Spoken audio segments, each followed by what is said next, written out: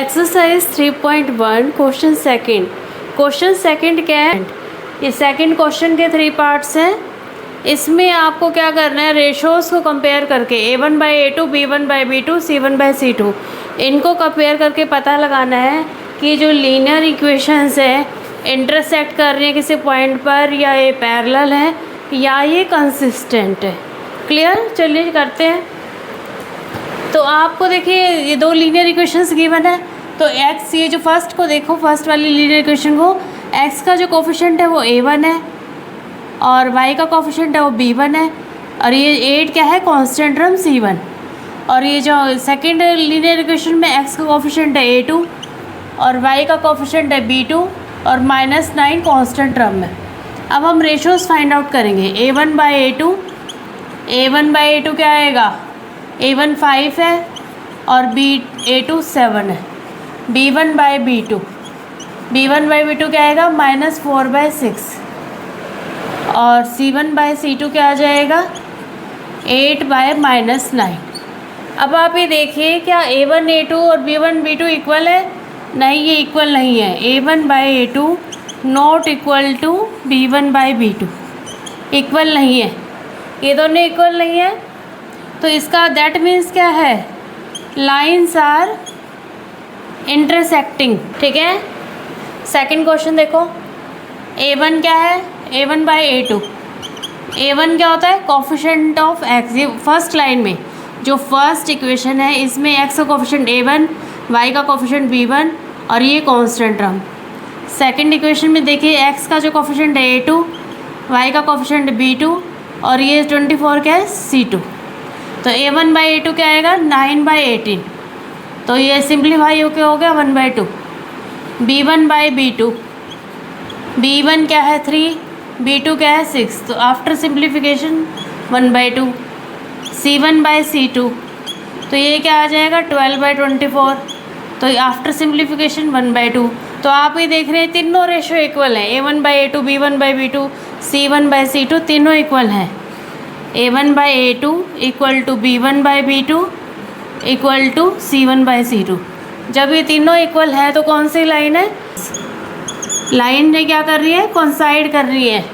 अब ये देखिए थर्ड इक्वेशन, यहाँ A1 क्या है 6, B1 -3, C1 10, A2 2 है, B2 -1 है और C2 9 है। तो आप रेशो निकालो A1/A2। A1/A2 6/2 कितना आ गया, 3/1 और B1/B2 -3/-1 तो ये आ गया 3/1। C1/C2 10/9।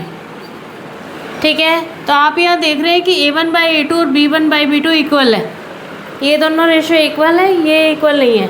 तो यानी A1/A2 equal to B1/B2 but not equal to C1/C2।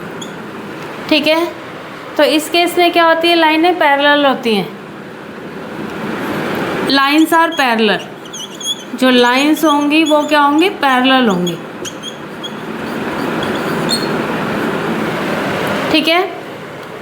Question का फर्स्ट पार्ट, आपको pair of linear equation given है, आपको रेशो निकालना है। तो ये A1, B1, C1। अब ये देखिए यहाँ पर जो है ये C1 और C2 राइट साइड पर है, उससे कुछ फ़र्क नहीं पड़ता। अब ये देखिए यहाँ पर A2, B2 और C2। तो A1/A2 निकाल लो। A1 3 है, A2 2 है, B2। B1 क्या है 2 और B2 -3 है। C1/C2, C1 क्या है 5 और C2 7 है। अब आप ये देखिए क्या ये इक्वल है, A1/A2 और B1/A2 इक्वल है? ये इक्वल नहीं है। A1/A2 और B1/B2 इक्वल नहीं है। जब ये इक्वल नहीं है तो लाइनें कैसी होंगी, इंटरसेक्टिंग लाइंस होंगी। लाइनें जो होंगी इंटरसेक्टिंग लाइन होंगी। A1/A2 और B1/B2 इक्वल ना हो तो लाइनें इंटरसेक्टिंग होती है और यूनिक सॉल्यूशन होता है, यानी एग्जैक्टली वन सॉल्यूशन होता है। और जब लाइनें इंटरसेक्टिंग हो, यूनिक सॉल्यूशन हो, तो सिस्टम क्या होता है, consistent. System is consistent, system कैसा होगा? कंसिस्टेंट।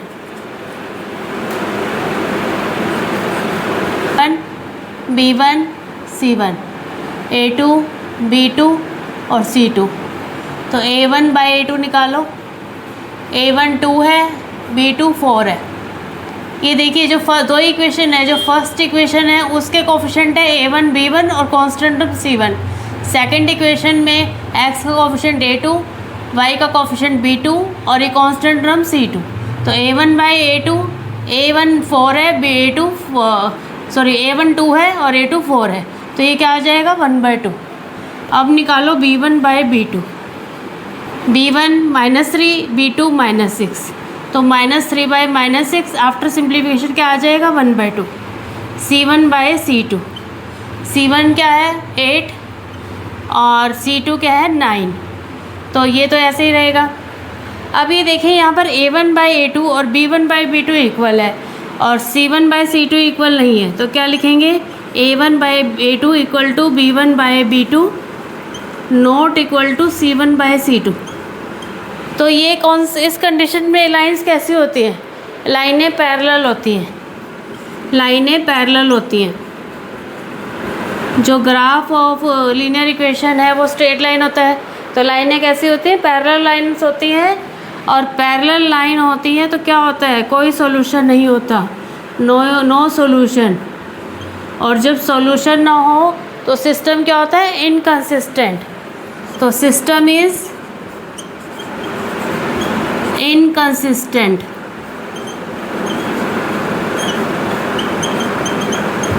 क्लियर? आया समझ में? अगर आपको अच्छा लग रहा है तो प्लीज़ लाइक करें, सब्सक्राइब करें और शेयर करें और कमेंट करके मुझे बताएं कि आपको वीडियो कैसा लग रहा है। अब यहाँ देखिए A1 क्या है? 3/2, A2 क्या है? 9, B1 क्या है? 5/3। B1 क्या है? Coefficient of y first equation में, सेकंड में B2 कोफिशिएंट ऑफ y और यहाँ कांस्टेंट टर्म में C1 है 7 और कांस्टेंट टर्म सेकंड इक्वेशन में C2 है जो कि 14 है। क्लियर? अब A1 बाई A2, A1 3/2 और A2 क्या है? 9। तो इसके नीचे 1 लगा लो तो ये क्या हो जाएगा? 3/2। अब ये देखिए ये नीचे डिवीज़न में है 9/1, तो ये उल्ट जाएगा, 1/9 आ जाएगा। तो सिंप्लीफाई करके क्या आ जाएगा? 1/6। 3 से 9 कैंसिल हो जाएगा, 3 1 ज़ा 3, 3 3 ज़ा 9, तो 2 3 ज़ा 6। अब B1 बाई B2, B1 क्या है? 5/3 और B2 क्या है? -10। तो -10 के नीचे 1 लगा लो, ये क्या हो जाएगा? 5/3। अब -10/1 डिवीज़न में तो ये उल्ट जाएगा, 1/-10 हो गया।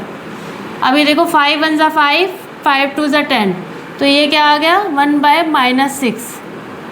क्या आ गया ये? 1/-6। ठीक है। अब निकालते हैं C1/C2। C1/C2 क्या है? 7/14 कितना आ गया? 1/2। अब आप ये देखिए A1/A2 not equal to B1/B2। A1/A2 not equal to B1/B2। तो इक्वल नहीं है तो लाइनें कैसी हैं? इंटरसेक्टिंग लाइंस है। लाइनें कैसी हैं? इंटरसेक्टिंग लाइंस है। इंटरसेक्टिंग लाइंस है तो यूनिक सॉल्यूशन है, यूनिक सॉल्यूशन। और सिस्टम क्या है? कंसिस्टेंट। ये ध्यान रखें आप कि जब भी सॉल्यूशन होगा, यूनिक सॉल्यूशन हो या इनफाइनाइटली मैनी सॉल्यूशन हो, तो सिस्टम कंसिस्टेंट होता है और सॉल्यूशन नहीं हो तो सिस्टम इनकंसिस्टेंट होता है। 5x A1 -3 5 A1 है और -3 B1 और 11 C1। ठीक है। -10 क्या आएगा? A2। x का कोफिशिएंट -10 है, ये A2 हो गया। y का कोफिशिएंट 6 है, ये हो गया B2 और -22 C2। मैं एक बार दोबारा बता देती हूँ, ये फर्स्ट इक्वेशन लीनियर इक्वेशन में जो x का कोफिशिएंट है वो a1 है और y का कोफिशिएंट है वो b1 है और ये 11 कांस्टेंट टर्म है, इसे c1 बोलेंगे। सेकंड लीनियर इक्वेशन में x का कोफिशिएंट है -10 a2 है, y का कोफिशिएंट 6 b2 है और -22 c2 है। ठीक है, अब रेशो कंपेयर करेंगे a1/a2, तो ये क्या आएगा 5/-10, तो ये आ गया -1/2। अब निकालो b1/b2, b1 क्या है -3 और b2 6 है, तो क्या आ गया -1/2। c1/c2, c1 11 है, c2 -22 है, तो ये आ गया -1/2।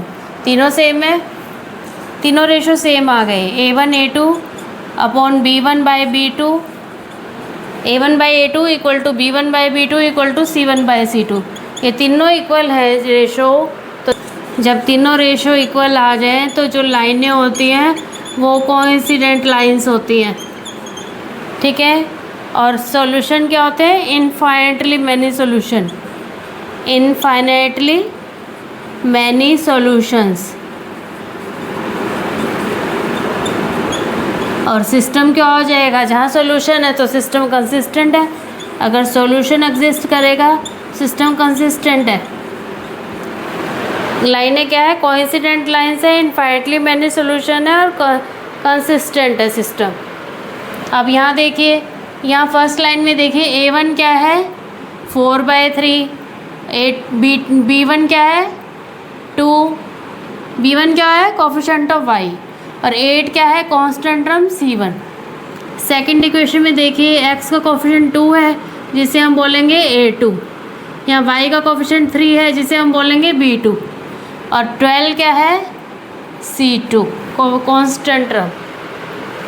अब निकालो a1/a2, तो a1 क्या है 4/3 और a2 क्या है 2/1, तो ये क्या हो जाएगा 4/3 मल्टीप्लाइड बाय 1/2, तो सिंप्लीफाई करके आ जाएगा 2/3।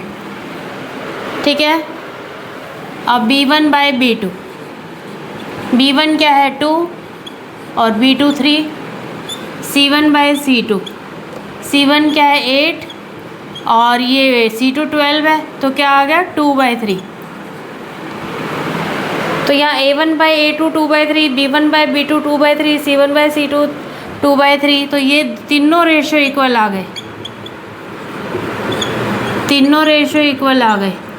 तो इसका मतलब क्या हो गया, लाइनें जो हैं कोइंसाइड कर रही है, कोइंसिडेंट लाइंस हैं, लाइनें कोइंसाइड कर रही हैं और इनफाइनाइटली, ठीक है, कोइंसिडेंट लाइंस है, इनफाइनाइटली मैनी सॉल्यूशन है, the system is consistent, the system is consistent.